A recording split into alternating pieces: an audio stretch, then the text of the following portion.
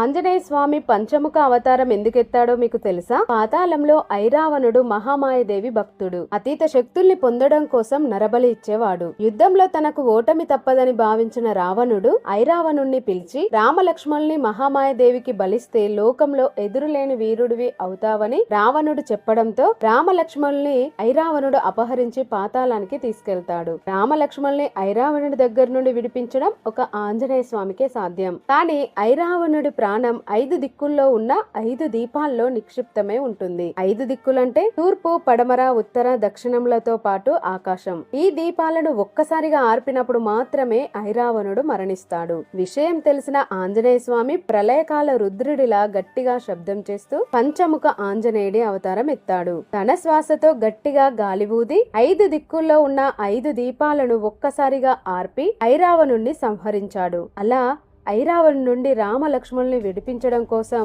ఆంజనేయ స్వామి పంచముఖ ఆంజనేయుడి అవతారం ఎత్తాడు. ఇది మీలో ఎంతమందికి తెలుసో కామెంట్ చేయండి. ఇలాంటి ఇంట్రెస్టింగ్ వీడియోస్ కోసం ఇప్పుడు మన ఛానల్ ని సబ్స్క్రైబ్ చేసుకోండి. జై హనుమ, జై శ్రీరామ్.